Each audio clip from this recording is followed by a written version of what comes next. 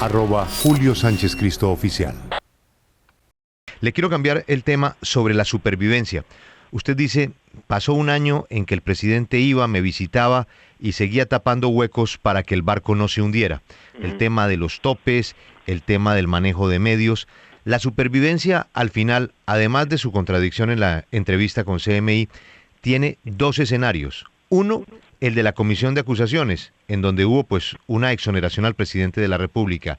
Y el otro por el que le quiero preguntar, el de los cacaos. ¿Quién manejó ese tema y cómo se manejó el tema para que los poderes industriales de Colombia no le quitaran el respaldo al presidente Samper? Y en esos poderes industriales estaban también importantes medios de comunicación que denunciaban el ingreso del dinero a la campaña. ¿Cómo se manejó eso? A ver, por un lado estaba el tema de los cacaos que usted menciona.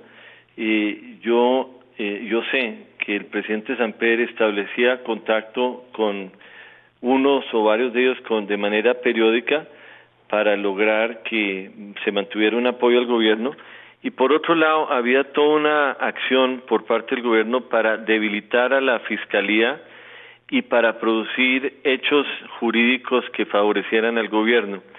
En algún momento dado el doctor Horacio Serpa me visita en la Escuela de Caballería. Se trata del miércoles 22 de noviembre, es decir, ya casi al final del año 95. Viene a las 8:30 de la noche. Eso está registrado en los registros de visitas de la Escuela de Caballería, y tenemos una reunión muy larga en donde se plantea en detalle cómo es que el gobierno va a contactar magistrado por magistrado del Consejo de Estado para cambiar la jurisprudencia o la opinión de ese cuerpo frente al tema de los topes electorales. Una estrategia muy detallada que produce éxito, porque a las pocas semanas o a los pocos meses el famoso tema de los topes es declarado, como no soy abogado, no sé cuál es la palabra, un segundo, inexequible. Aquí estoy viendo, esos topes se declaran inexequibles, y como no soy abogado, no sé exactamente lo que significa, pero significa que ya esa reglamentación deja de existir. Una de las acusaciones muy graves contra el presidente Samper en ese momento ya no era el tema del dinero electoral de los Rodríguez Orejuela, sino el haberse excedido los topes, y con esa inexequibilidad de una serie de artículos, eso ya se despeja el camino en ese sentido. Y esa lucha por lograr eso en el Consejo de Estado es el resultado de esa reunión con el doctor Serpa en la Escuela de Caballería, donde me comenta en detalle cuál es la estrategia que van a emplear para lograr ese resultado jurídico. Doctor Botero, y también había mucho peso la relación directa que tenía en ese momento el presidente de la República con la cabeza del más influyente grupo financiero de entonces, que era esa comunicación permanente con Augusto López en el Grupo Santo Domingo. Pues sí, había una relación muy cercana con el doctor Augusto López entre el presidente Samper y él, y seguramente eso fue un factor muy importante para darle estabilidad al gobierno, por lo menos en lo que hace referencia a uno de los grupos empresariales más importantes y poderosos del país, como es el Grupo Santo Domingo. Pregunta de un oyente: ¿cuál era el papel que jugaba el general Vergara, subcomandante del ejército en esa época? El general Vergara era el segundo comandante del ejército. A ver si no me falla la memoria, él no era el comandante general de las fuerzas militares ni el comandante del ejército, era el segundo comandante del ejército, y la verdad es que lo recuerdo, pero por lo menos en lo que tiene que ver conmigo no tenía como una cercanía diaria o cotidiana como para poder tener una opinión a fondo sobre él. Pero sí lo recuerdo como uno de los generales de mayor antigüedad en ese momento al interior del ejército. Doctor Botero, quisiera preguntarle por el que era en su momento durante la presidencia de Ernesto Samper, el comandante de la policía, el general Rosso José Serrano. Entendemos por los distintos recuentos, entre ellos el presidente que se iba a caer, que Samper se oponía a nombrar a Rosso José como comandante de la policía y fue usted quien insistió en hacerlo. Y al final del día, el general Serrano es quien termina de muchas maneras salvando al gobierno con la captura de los capos del cartel de Cali, otros tantos que llegaron a la cárcel. Y quiero preguntarle a usted si luego de ver cómo terminó todo esto, siendo usted uno de los que terminó en la cárcel y no otros que usted creería que hubieran podido también ir a la cárcel, si se arrepiente de haber sugerido a Rosso José Serrano como comandante de la policía. Y otra cosa, ¿qué tanto realmente sabía Rosso José Serrano de la entrada de plata del cartel de Cali a la campaña de Samper? A ver, yo me arrepiento de muchas cosas. Ayer dije en la televisión que cuando uno se mete en estos temas hay algo que sucede, que es un poco difícil de entender, pero empieza a apoderarse de uno una ambición desmedida, una ambición ciega, una capacidad de relacionarse con el poder desde la perspectiva de hacer lo que sea para tenerlo y para conservarlo. Y mirando para atrás, hoy que no tengo nada que ver con la política y que miro para atrás, digo, ¿cómo es posible haber hecho las cosas que yo hice? De verdad me causa mucho sentimiento de pesar, de lamento y, como dije ayer, de vergüenza. De las cosas que no me arrepiento es de haber luchado por el nombramiento del general Serrano. Y es un tema muy importante porque no se limita a nombrar una persona o no nombrar una persona. El general Serrano representaba una línea dura de persecución al cartel de Cali y ese nombramiento no se podía hacer por cuanto el presidente Samper tenía un entendimiento con estos dirigentes del cartel de Cali para su sometimiento a la justicia durante los primeros meses. Esa es la razón por la cual no se nombra al general Serrano durante la primera etapa del gobierno y es la razón también por la cual sí logro finalmente nombrarlo cuando ese plazo que me ha hecho el presidente de final del año se agota y ya empieza una nueva estrategia. La persona que lideró ese esfuerzo desde el punto de vista de la policía fue el general Serrano, pero solo pudo hacerlo con el respaldo del gobierno y el respaldo mío una vez que se surtió esa primera etapa del gobierno.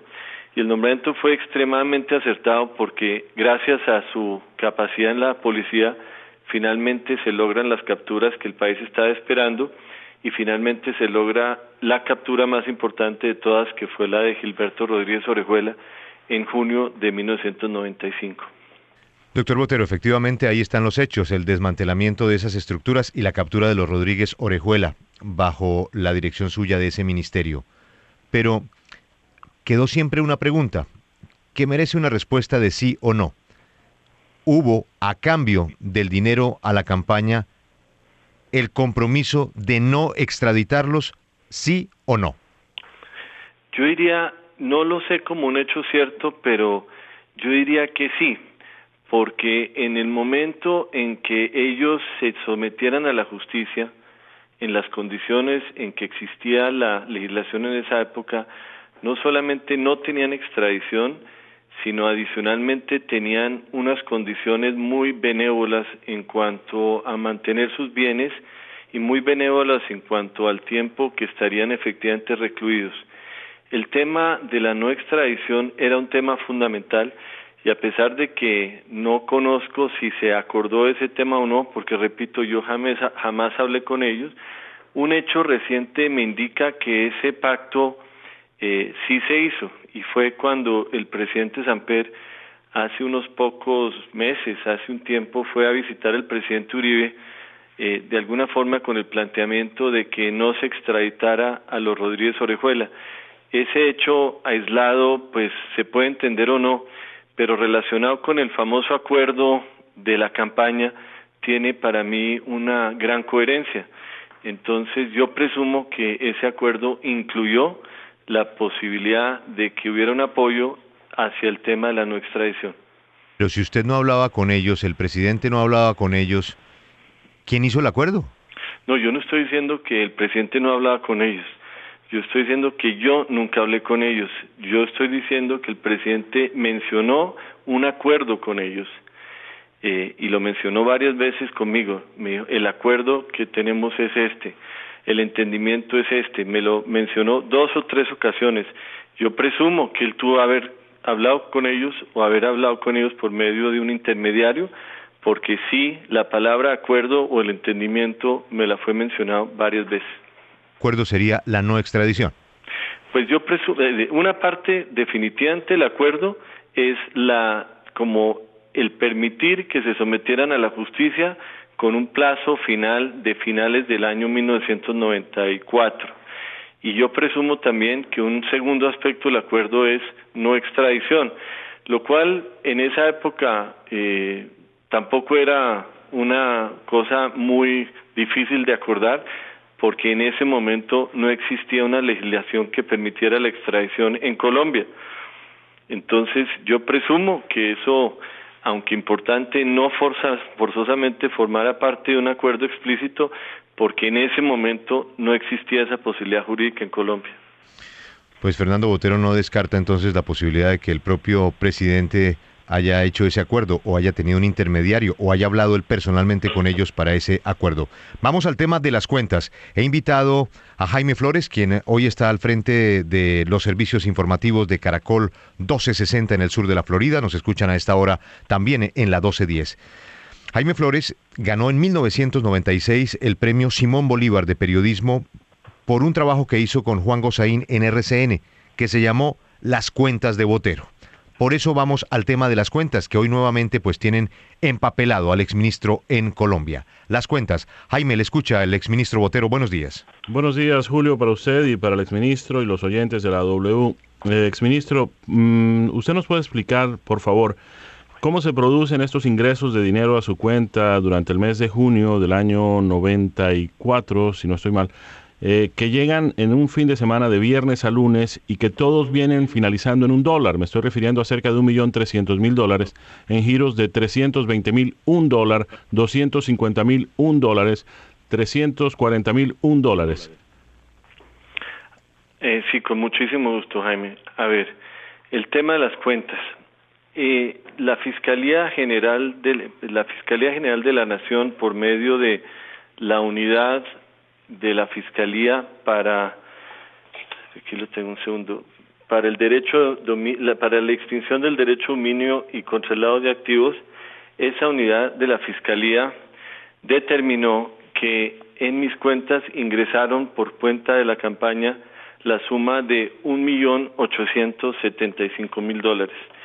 Esos giros que usted menciona vienen de una empresa que se llama Overseas Trading Corporation, que era una empresa que tiene que ver o es una filial de empresas relacionadas con el Grupo Santo Domingo. Aparte de eso, recibí en esas cuentas en el exterior donaciones de la Federación de Cafeteros y donaciones de una empresa multinacional que se llama Mitsui de Colombia. Eso es información abierta al público porque a partir del fallo de la Corte Suprema mi expediente es un expediente abierto al público y cualquiera puede analizar las cifras. Lo cierto es que la Fiscalía dice, después de esa larga investigación, y la unidad de contadores forenses del Cuerpo Técnico de Investigación de la Fiscalía llegan a la cifra de $1.875.000 depositados en mis cuentas por parte de estos 3 grupos empresariales. Pero debe ser $1.875.006 porque todas terminan en $1. ¿Por qué terminan todas en $1? Pues como todas venían de la misma empresa, seguramente pusieron eso para distinguirlo de otros giros. No sé la razón por la cual sea eso. Aquí en el archivo de la Fiscalía la cifra exacta es $1.875.000. Hay otra inquietud que quisiera plantearle, exministro Botero, y es el banco reporta en uno de sus extractos que 4 días antes de las elecciones de la segunda vuelta, es decir, el miércoles de la semana que concluía el domingo de la segunda vuelta electoral, hay un retiro por $1 millón cash, en efectivo. A ver, eso sí es absolutamente falso. Primero, no creo que usted, que conoce, Jaime, el funcionamiento del sistema bancario en Estados Unidos, es muy difícil hacer un retiro de $1 millón en cash.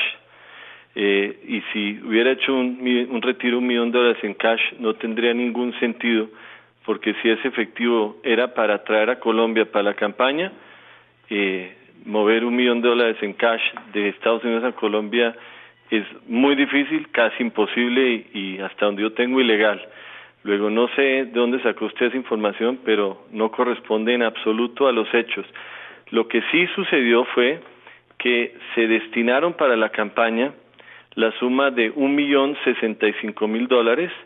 Eso es una cifra que la Fiscalía manifiesta que sí ingresó a la campaña. Hay toda suerte de constancias de la Fiscalía aceptando que ese dinero entró a la campaña. Por otra parte, en una etapa anterior yo había hecho unos préstamos a la campaña por una cantidad de $425.000. Estos préstamos a la campaña están absolutamente documentados en un documento de la Dirección Nacional Regional de Fiscalía del Cuerpo Técnico de Investigación, donde dice lo siguiente: en el cuadro 07 se presentan los ingresos a la Tesorería de Asociación Colombia Moderna en la cuantía de 339 millones de pesos originados en préstamos otorgados directamente por el señor Fernando Botero en el periodo comprendido entre el 18 de marzo y 18 y 30 de mayo de 1994. Esto está absolutamente registrado en la contabilidad y forma parte también del fallo del juez en primera instancia, y lo cito: es un hecho relevante del que nada se dice, pues la investigación no arroja luces acerca de eso, que en la contabilidad de la Asociación Colombia Moderna figuró como préstamos la cifra de 339.899.400 que otorgó Fernando Botero sea en beneficio de la campaña. Entonces, de ese $1.875.000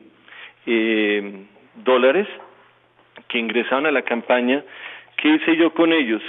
Por una parte, hice un giro por $1.065.000 que la Fiscalía sí acepta que entraron a la campaña. Me pagué mi préstamo, porque yo había prestado esa cifra, me lo pagué, y de ese pago estaba enterado tanto el presidente Samper como los demás directivos de la campaña.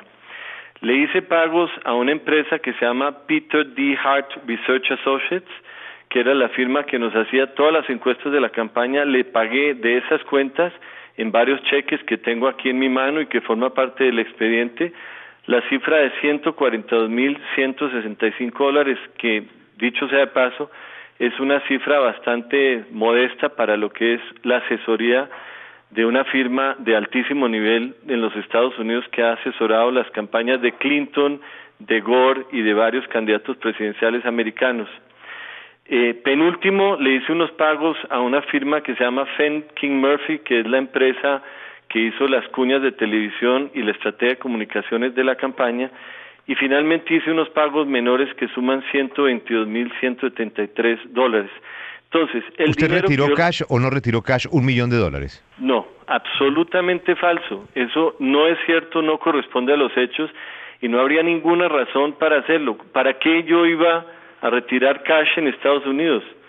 ¿Qué hace uno con cash en Estados Unidos? Es que ese planteamiento riñe contra la lógica, contra la verdad.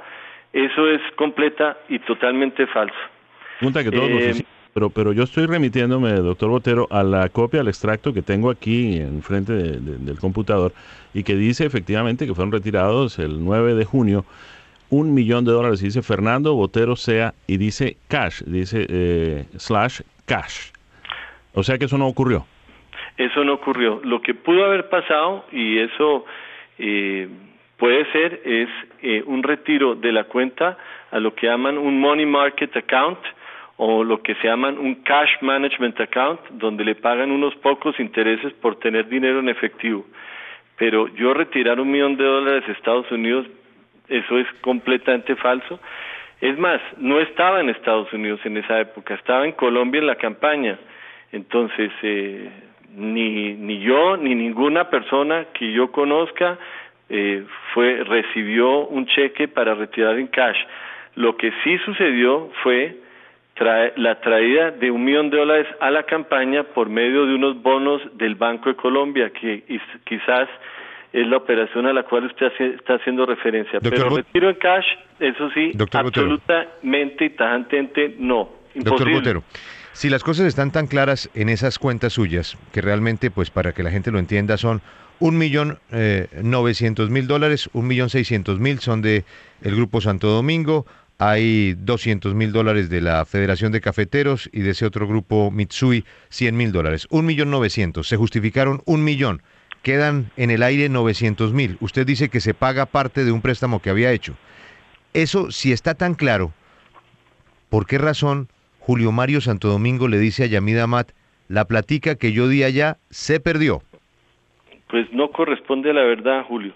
A ver, aquí yo tengo un documento y nuevamente estoy haciendo referencia al expediente, que es de la Fiscalía General de la Nación, Cuerpo Técnico de Investigación, División de Investigación. Y aquí hacen una relación de un total de 19 giros que yo hice entre marzo y mayo del año 1994, que suman $339 millones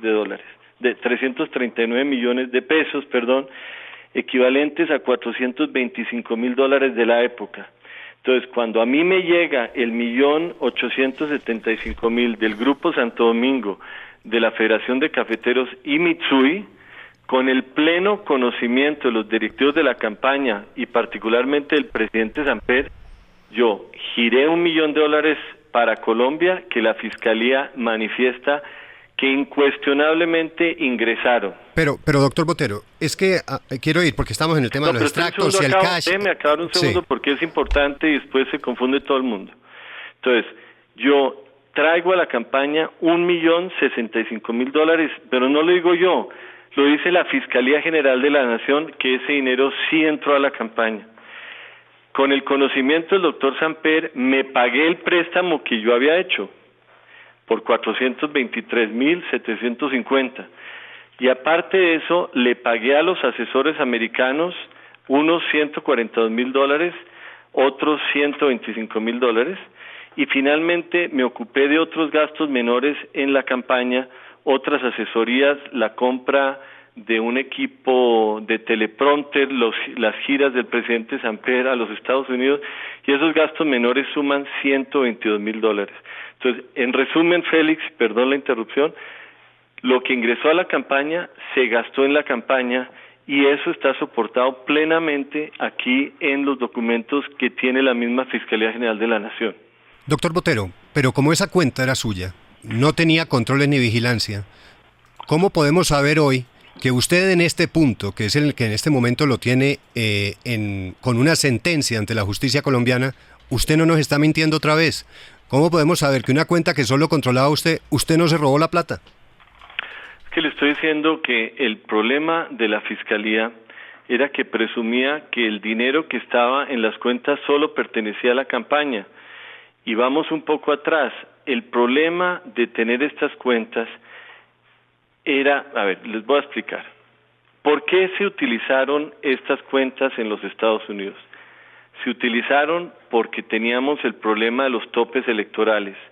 No podíamos gastar más de cierta cantidad en la campaña y teníamos la vigilancia del Consejo Nacional Electoral y, más grave aún, de una figura que se llamaba la Veeduría del Tesoro, con un funcionario muy enérgico que era el doctor Jorge García Hurtado. No sé si usted lo recuerda. Entonces, había un problema muy grave de no poder gastar más de $4.000 millones de esa época. Entonces, para evadir ese problema de los topes, porque la campaña valdría muchísimo más, para evadir ese problema de los topes se aceptó que que algunas personas muy amigas, como por ejemplo el doctor Augusto López, como por ejemplo personas de la Federación de Cafeteros, hicieran aportes a las cuentas en el exterior. Hicimos un esfuerzo gigantesco para lograr que una persona facilitara su cuenta o abriera una cuenta para la campaña. Le pedimos eso a varias personas y todas ellas dijeron que no, con razón, porque hacer eso supone un riesgo. Finalmente, en desesperación, yo dije, pues hagámoslo en mis cuentas. Y es así como a mis cuentas ingresaron dineros propios, dineros de mi madre, dineros de mi familia, por lo tanto, y también ingresos de la campaña. Obviamente un gran error mezclar las cuentas y facilitar mis cuentas para eso, pero estamos hablando de la desesperación de la recta final de la campaña y la búsqueda ansiosa de recursos. No, ese es el punto. Usted durante todo este tiempo ha dicho que pide perdón, que se arrepiente, que se lamenta, que ha sufrido vergüenza. Y era evidente que una persona con la experiencia suya, que aceptaba utilizar sus cuentas personales, asumía un riesgo absolutamente desproporcionado. Dijéramos, ese es el origen de todo su sufrimiento. Yo le quiero hacer una pregunta. ¿Usted después de la revelación de anoche durmió? ¿Cómo? ¿Usted pudo dormir anoche? Sí, anoche pude dormir. Bueno, le pregunto porque es muy difícil entender lo que le acabo de decir. Una persona con su experiencia, con sus pretensiones, con sus posibilidades, asumir una responsabilidad de tal tamaño, tiene que haber una explicación para hacer eso. Y yo supongo, me atrevo a pensar, es una hipótesis, que la razón por la cual usted asumía una responsabilidad de tal tamaño era porque evidentemente su carrera política, la que usted dice que era la que lo llevó a la equivocación, le hizo pensar que usted podía ser el sucesor del presidente Samper. ¿Usted pensó en eso? Naturalmente, Alberto, yo vuelvo al tema de la ambición. Esa ambición que lo hace uno ciego frente a lo que está haciendo, esa ambición desmedida, esa ambición que pasa por encima de los principios, esa ambición que pasa por encima de los valores y la educación, esa adicción al poder que muchas personas califican como una enfermedad. Yo habría hecho lo que fuera por elegir al presidente Samper en el año 1994. Y lejos de robarme el dinero de la campaña, me habría hipotecado mi casa si fuera necesaria para hacerlo. Y no era porque llegara el presidente Samper al poder, era porque en esa llegada al poder yo tenía asegurado el Ministerio de Defensa, Alberto. Y yo pensaba, porque siempre he tenido una opinión alta de mi capacidad de actuación, yo pensaba que si yo era el ministro de Defensa, yo produciría un impacto muy, muy grande en lo que es la seguridad de los colombianos frente a la guerrilla, incluso frente al mismo narcotráfico, y que esa gestión exitosa en el Ministerio de Defensa me colocaría en la antepuerta para ser el presidente después de Samper. Luego yo hice todas estas cosas dentro de esa lógica, llegar a ser presidente de la República en el periodo posterior, asegurar el Ministerio de Defensa tan pronto se acabara la campaña, y esa obsesión, esa ambición ciega fue la que me llevó a cometer tantos errores que lamento profundamente, errores que me llevaron a la cárcel, errores que me llevaron a perder mi país, errores que me llevaron a destruir a mi familia, a divorciarme de mi primera señora, hacerle tanto daño a mis hijos y a las personas de mi familia y tanto daño al país. Y por eso yo expresé ayer, como expreso ahora, que lo lamento, que no hay un solo día que yo no me levante y no lamente profundamente haber sido una persona con tanta posibilidad y con tanta oportunidad, y por esa ambición ciega, pasando por encima de los principios, haberlo destruido todo. y ese es el sentido del lamento que yo tengo en el fondo de mi corazón. Doctor Botero, usted tiene ese lamento, pero en la Corte Suprema de Justicia las cuentas no cuadran como usted dice. Allá insisten en que usted hurtó, se benefició de un dinero. El testimonio para que la Corte llegue a esa conclusión parte de la compra de una finca adicional a una finca que ya tenía su familia, que ya tenía doña Gloria, tengo entendido que en Tabio. La historia la escuchamos aquí en la W. Una señora comienza a ver que ingresan unos cheques para comprar esa finca y trata de reportar eso a las autoridades y nadie le para bolas. Finalmente, en una buseta, le cuenta la historia a su compañero de viaje y esa persona la lleva donde Horacio Serpa. Y Horacio Serpa recibe la información. Hasta ahí ella supo. Yo quiero que usted escuche qué fue lo que ella vio en esos cheques. Doña Rosario, ¿por qué esos cheques le suscitaron sospecha? Buenos días, Julio.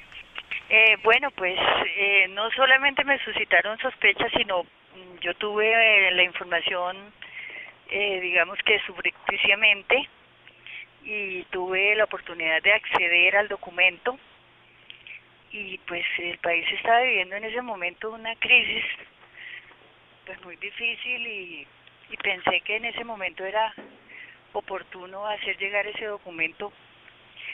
Y pues efectivamente creo que la Fiscalía tomó nota del documento y pues están las consecuencias, ¿no? ¿Y qué fue lo que usted vio en esos cheques? Pues los cheques eran de varias denominaciones y pequeñas, algunas pequeñas, algunas grandes, y una de las personas pues contó que esos cheques eran de la campaña. Me contó pues accidentalmente o olímpicamente, y yo tomé nota del asunto y traté de buscar el documento y traté de buscar que llegara a donde tenía que llegar, y finalmente parece que sí tomó nota la Fiscalía. ¿Qué relación tenía usted con esa empresa? Pues yo tenía acceso a la documentación y a la información porque un cuñado mío era socio de esa empresa, y pues él contó que textualmente dijo algún día, cuando se oía el escándalo por la radio y todo, dijo, textualmente me dijo: Fernando Botero es un ladrón, es un vivo. Él se sacó el plata de la campaña y con eso nos compró la finca. Entonces, pues así me enteré yo, y pues busqué el papel, le saqué fotocopia y busqué hacerlo llegar a las autoridades. Eso fue lo que pasó. ¿De quién eran los cheques? No, yo no puedo dar fe porque no recuerdo eso. La verdad no tomé nota de eso porque para ese entonces todavía no tenía los indicios. Doctor Botero, ¿cuál es la historia de esa finca? A ver, y con todo respeto por la señora, quería hacer una pequeña digresión anterior para comentar que entre finales de 1993 y comienzos de 1994, mi madre, la señora Gloria Sea, vendió un lote de su propiedad en el barrio El Refugio en Bogotá. Consta en el expediente la promesa de compraventa firmada por ella, firmada por mí, con dos muy importantes empresarios colombianos, y tengo aquí en mis manos la escritura de compraventa en la cual esa transacción se formaliza. Estamos hablando de una venta muy importante, estamos hablando de 1.000 millones de pesos de la época, equivalentes más o menos a 1.25 millones de dólares, es decir, $1.250.000. Entonces, ese dinero acabó en mis cuentas, ese dinero es de mi familia, ese dinero es una parte mío, una parte de mi madre, junto con otros recursos que yo tenía. Después de la campaña, finalizada la campaña, tomamos la decisión con mi madre de hacer varias inversiones.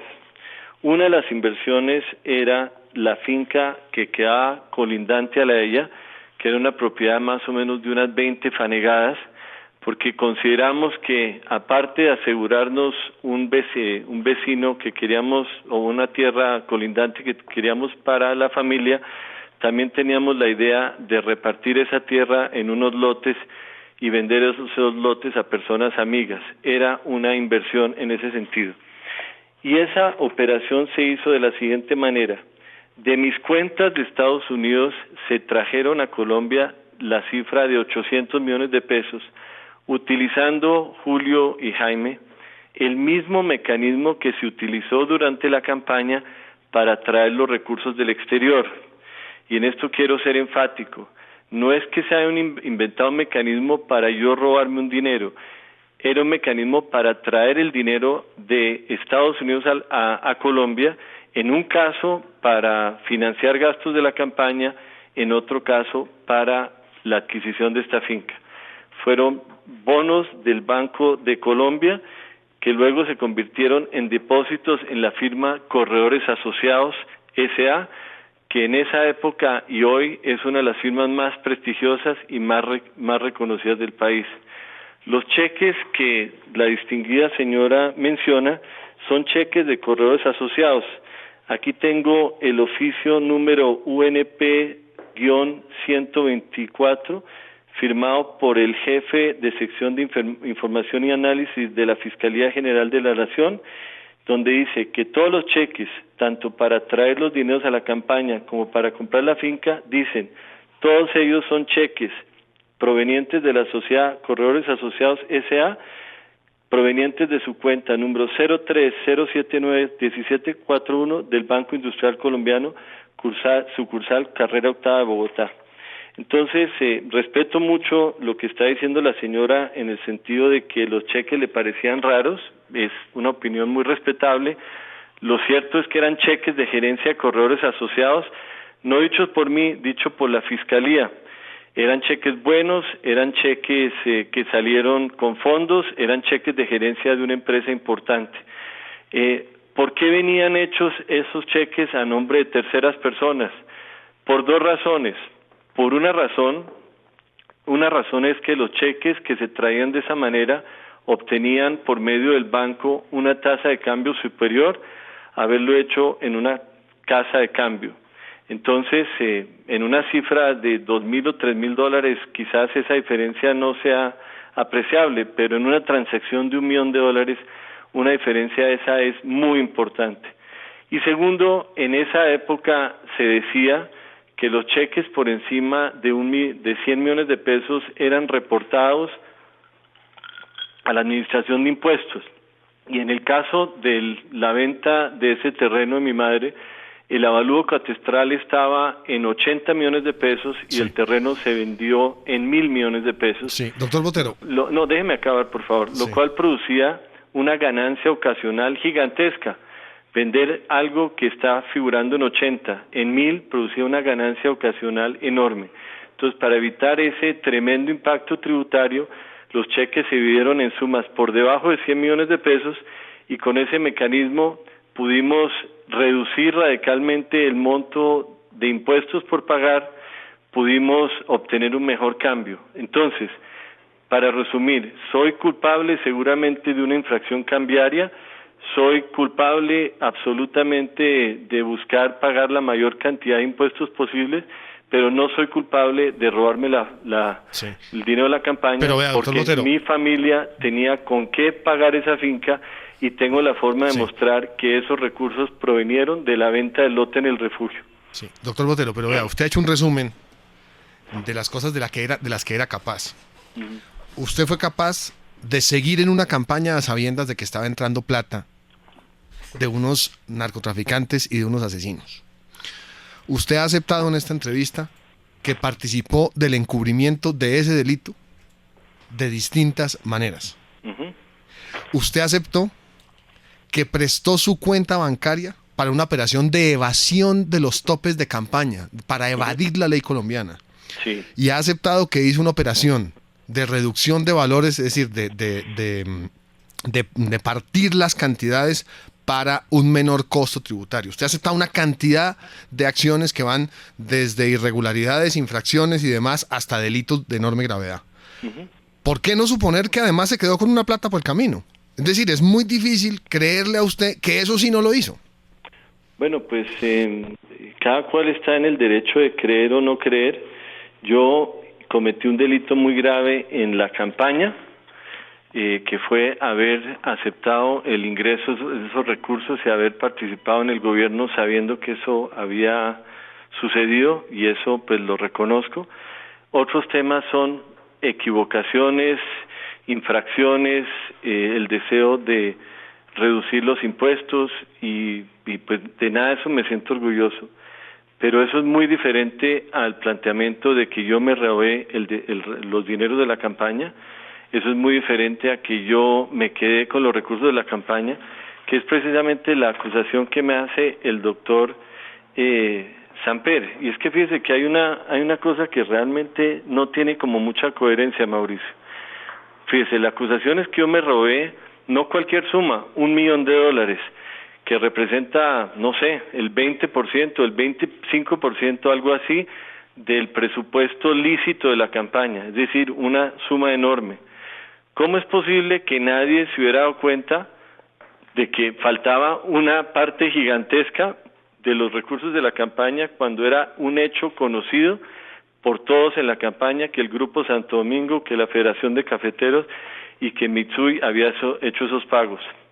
Y luego, ¿cómo es posible que al supuesto ladrón de esa cantidad tan grande de recursos lo premian con el Ministerio de Defensa? ¿Y cómo es posible que una vez... No, doctor Botero, pero es que en ese momento el único que sabía todo era usted. Nadie más tenía acceso a las cuentas, eran sus cuentas. Usted siempre mezclaba una cosa con otra. Usted después dijo, Luis Carlos Sarmiento dio $1.000.000 porque compró unos cuadros.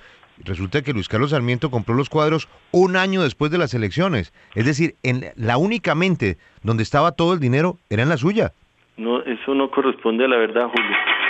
Yo tenía, obviamente eran mis cuentas, pero yo informaba a los demás miembros de la cúpula de la campaña, al presidente Samper, al doctor Botero, pero es que acuérdese que usted nombró un veedor que ni siquiera estaba en la campaña. El doctor Jorge Valencia era el veedor de la campaña. Nunca le dejaron ver nada.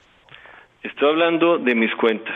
Cuando yo fui con el presidente Samper a gestionar los aportes que me dio Augusto López, cuando fuimos a gestionar aportes del doctor Jorge Cárdenas de la Federación de Cafeteros, etcétera, etcétera, yo fui acompañado por el presidente Samper en unos casos, en otros casos por otros miembros de la campaña. Ellos sabían perfectamente que yo iba a recibir esos dineros en el exterior, sabían perfectamente qué iba a hacer con ellos.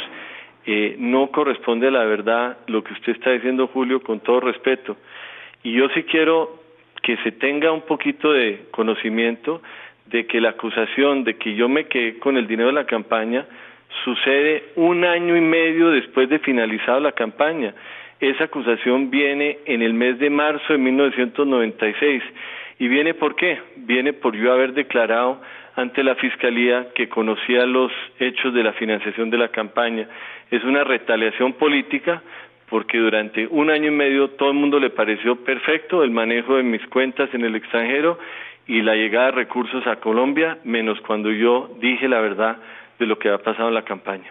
Doctor Botero, vamos a las cosas que son muy difíciles de creer. Hay una que tal vez no ha salido mucho a la luz pública. Es muy difícil creer que usted únicamente supo de los dineros del cartel de Cali. Si es que en Colombia y en Cali no estaban solamente los Rodríguez Orejuela y los políticos no tenían contactos únicamente con los Rodríguez Orejuela. Es que el tema de esa campaña es que no solamente entraron $6 millones de los Rodríguez Orejuelas, tuvieron que entrar platas de otros carteles. Le voy a preguntar por uno concreto. Víctor Patiño. ¿Usted supo del ingreso de dinero de Víctor Patiño Fomeque a la campaña? Quiero preguntarle, ¿cuál fue el tratamiento siendo usted ministro de Defensa cuando se produce la entrega de Víctor Patiño Fomeque a la 13ª Brigada? Y le voy a dar un nombre para refrescar su memoria. ¿Quién es Carlos Hernando Maya Hoyos? Ok. Entonces, Víctor Patiño Fomeque es una persona que me fue presentada por el doctor Horacio Serpa. En las últimas 3 o 4 días de la campaña presidencial, en una comida financiera en el Hotel Casa Medina. En ese momento me presentaron un señor que se llamaba Víctor Patiño Fomeque, me lo presentó el doctor Horacio Uribe, y él estuvo sentado en una de las mesas y hizo un aporte a la campaña en ese momento, no me acuerdo por qué cuantía. Esa es la verdad de Víctor Patiño Fomeque en ese momento. Yo no volví a saber de él sino hasta mucho más tarde, cuando él se sometió a la justicia o se entregó hacia el final de mi mandato como ministro de Defensa y fue entregado a las autoridades. Esa financiación de campaña sí existió y sí refleja que aparte del cartel de Cali, otras personas relacionadas con el narcotráfico también hicieron sus aportes a la campaña. Es Carlos Hernando Maya. No recuerdo, no sé quién es Carlos Hernando Maya. ¿Usted recibió aportes de Juan Carlos Ramírez Abadía? No conozco a Juan Carlos Ramírez Abadía. ¿Qué otro cartel, distinto al de Patiño Fomeque, aportó dinero a la campaña de Ernesto Samper? Distinto del de Patiño Fomeque que yo sepa, porque el de Patiño Fomeque sí me consta porque él estaba en esa reunión, estaba sentado en una de las mesas, y repito, yo lo conocí por medio de Horacio Serpa, quien me lo presentó. Distinto a eso está toda la financiación que entregó Elizabeth Montoya de Sarria, la famosa monita retrechera, que es un relato que tiene Santiago Medina en su libro, en donde habla de el ingreso de unos 400 millones de pesos en efectivo provenientes de unos hermanos, creo que Mansur o algo así, de la isla de Aruba, por conducto de la monita retrechera. Esos son los 3 incidentes que yo conozco de financiación ilícita de la campaña. A propósito de la monita retrechera, le quiero preguntar por 2 asesinatos, el de la monita retrechera y el de Álvaro Gómez. ¿Usted cree que esos fueron crímenes de Estado para, de alguna manera, encubrir cosas del proceso 8000? Yo estoy convencido que sí, pero es mi opinión personal, no tengo ninguna evidencia. Yo supe por Santiago Medina que la señora Elizabeth Montoya de Sarria estaba en conversaciones tanto con la justicia colombiana como con la justicia americana con miras a colaborar con la justicia y denunciar una serie de relaciones de ella con el presidente Samper y con diferentes campañas políticas en Colombia. Eso es un hecho que me ha comunicado el doctor Santiago Medina en varias oportunidades. Luego, su asesinato desde esa perspectiva podría tener lógica de querer callar a una persona que sabía mucho, que había hecho donaciones muy importantes a las campañas del presidente Samper en esta ocasión en el pasado y que también conocía íntimamente todo este nexo entre el dinero ilícito y las campañas políticas. Y en el tema de Álvaro Gómez, sin duda, yo también le veo un sentido político muy importante, un crimen de Estado, para profundizar la crisis que vivía el país en esa época, pero nuevamente sé que las investigaciones no han llegado a ningún puerto concluyente, pero ambos casos yo los veo como crímenes de Estado. El caso del chofer del doctor Serpa, Darío Reyes, ¿a usted le quedó clara la muerte de ese señor? No la tengo clara, Julio, no conozco muchos detalles sobre ese caso como para poder dar una opinión que tenga alguna importancia. Doctor Botero, quiero volver a Víctor Patiño Fomeque. ¿Usted por qué ordenó su traslado? Hay quienes dicen que ese traslado tenía una explicación estratégica que tenía que ver con Santiago Medina, que tenía que ver con silenciar una situación. ¿Por qué ordenó usted el traslado de Patiño Fomeque? Yo ordené el traslado de Patiño Fomeque por razones de seguridad, y si hubiera sido con relación digamos, a callar al Santiago Medina, no tendría ningún inconveniente en reconocerlo acá. Yo cuando tomé la decisión de hacer la entrevista con Álvaro García y al aceptar la invitación de ustedes, es para decir todo lo que yo conozco sobre estos hechos. Hubo unos informes de inteligencia, hoy día no sé si amañados o no, en el sentido de que podía Víctor Patiño Fome que tener riesgos en el lugar donde estaba y se ordenó su traslado. No conozco, no me acuerdo bien ni dónde estaba ni a dónde se trasladó, pero sí recuerdo que lo que motivó esa decisión fue un informe de inteligencia diciendo que había riesgos de retaliación de carteles del norte del valle o del valle mismo contra este personaje. Doctor Botero, quiero hablar sobre su tema ya desde el punto de vista judicial. Cuando su familia estaba en Canadá, estalló la nueva orden de captura y su padre, el maestro Botero, le dijo que se entregara, su madre le dijo que no se entregara, y lo que tenemos entendido es que usted convenció a su padre, al maestro, de no entregarse con un argumento, y es que Samper le tenía listos otros cargos por paramilitarismo. Le quiero preguntar de manera puntual si su padre lo creyó, y segundo, ¿hay pendientes cargos por paramilitarismo? A ver, ese relato que usted menciona, con todo el respeto, no corresponde a la verdad. Hubo discusiones al interior de la familia y yo creo que mal haría yo en hacer público lo que un miembro u otro miembro de la familia opinan sobre esto. No lo haría jamás. Lo cierto es que esto ha sido una tragedia para mí como para ellos, algo muy inesperado. Yo confieso que yo jamás esperé que la Corte Suprema tomara la decisión que tomó y causó una profunda consternación a mí y a mi familia, y sí hablamos mucho de qué hacer, de cómo manejar la situación, pero ya entrar a poner a un miembro de la familia diciendo una cosa a otra, pues les pediría que me respetaran, que no me gustaría hacer eso. Entendemos. Doctor Botero, esta historia tiene tres protagonistas principales. Usted, Ernesto Samper y Horacio Serpa. Ernesto Samper está en la vida pública, hace muy poco tiempo fue nombrado incluso embajador en París, no se pudo posesionar por la disputa política que existió. Horacio Serpa ha perdido los procesos electorales, pero sigue activo en la vida política, se dice que se puede lanzar a la gobernación de Santander, pero sigue activo políticamente. El único que está muerto políticamente es usted. Muchos no podrían interpretar todo lo que usted está diciendo como la manera de vengarse de esas personas que, según usted, son partícipes de su desgracia, pero que siguen vivos políticamente.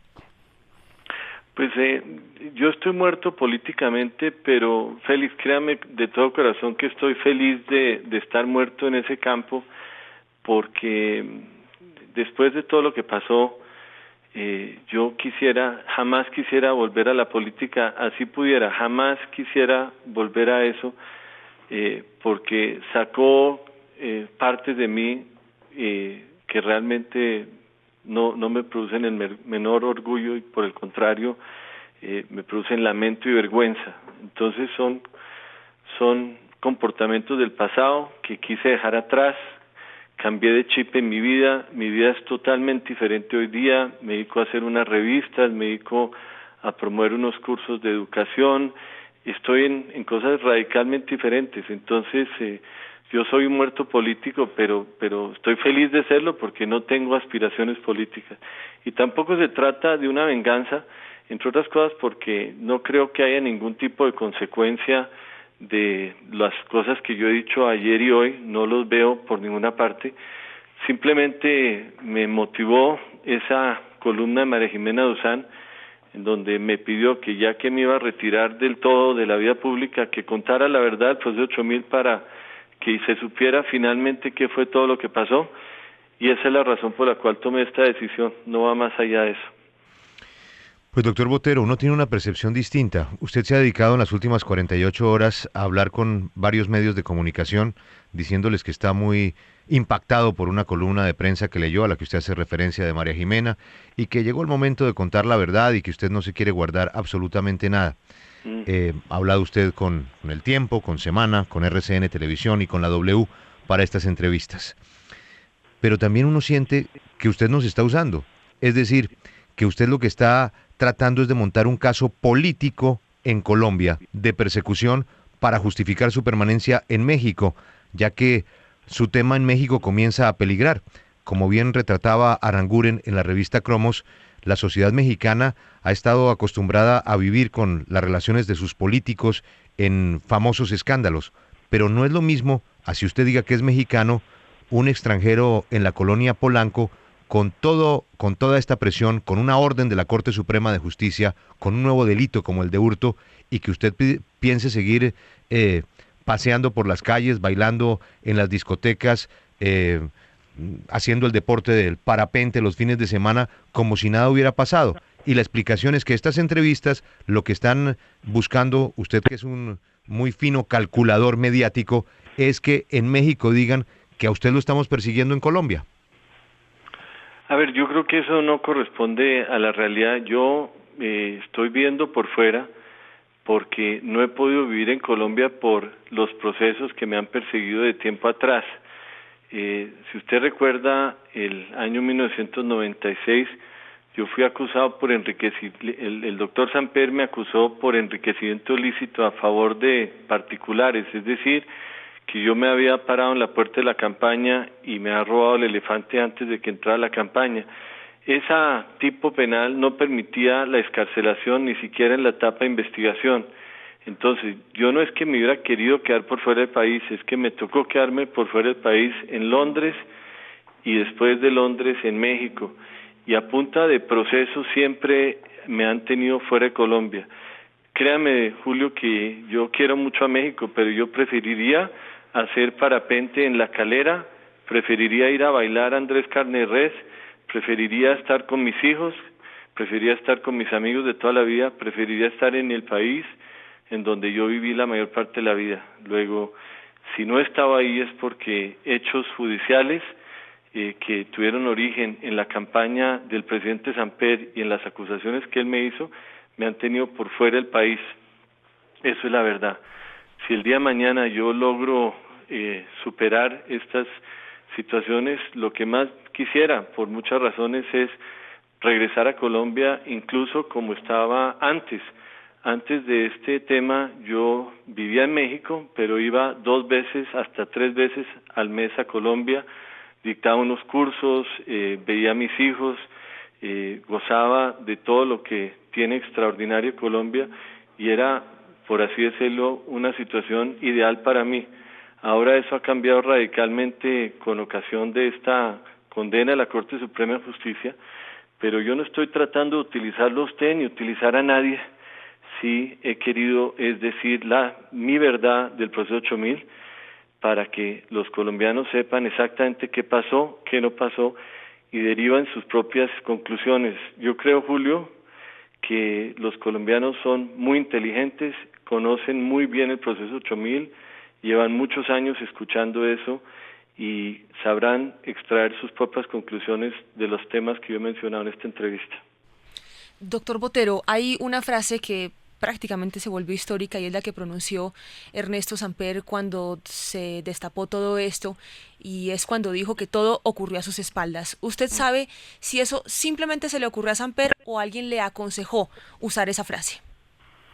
Pues yo creo que en ese momento lo que pasó por la cabeza del presidente Samper era cómo salir de la situación que se veía venir.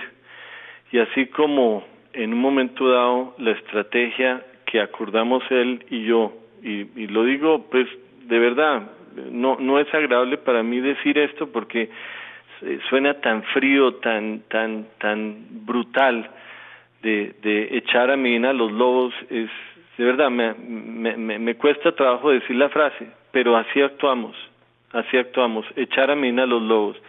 En el momento que se complica eso, ya la única alternativa es echar a Botero a los lobos, y el primer paso en echar a Botero a los lobos es el discurso de a mis espaldas, un discurso que yo no conocí, un discurso que no fue consultado, un discurso que me tomó por sorpresa porque cuando lo pronunció el presidente Samper sabía que yo estaba en una cumbre hemisférica de ministros de la defensa en la ciudad de Williamsburg, Virginia. Entonces yo estaba fuera del país y él sabía que yo iba a estar fuera del país durante 5 días y en esos 5 días pronunció ese discurso con esa frase que no le dejaba a los periodistas una conclusión diferente de que si había sucedido a las espaldas, el único que había podido hacerlo era Fernando Botero. En ese momento entendí yo que mis días en el Ministerio de Defensa estaban contados, y de hecho yo regresé a Williamsburg, si no me equivoco, el 25 o el 26 de julio, y ya el 2 de agosto renuncié al Ministerio de Defensa y me puse a las órdenes de la Fiscalía sin rostro. Fui citado a indagatoria el 15 de agosto y fue privado de libertad a partir de ese momento.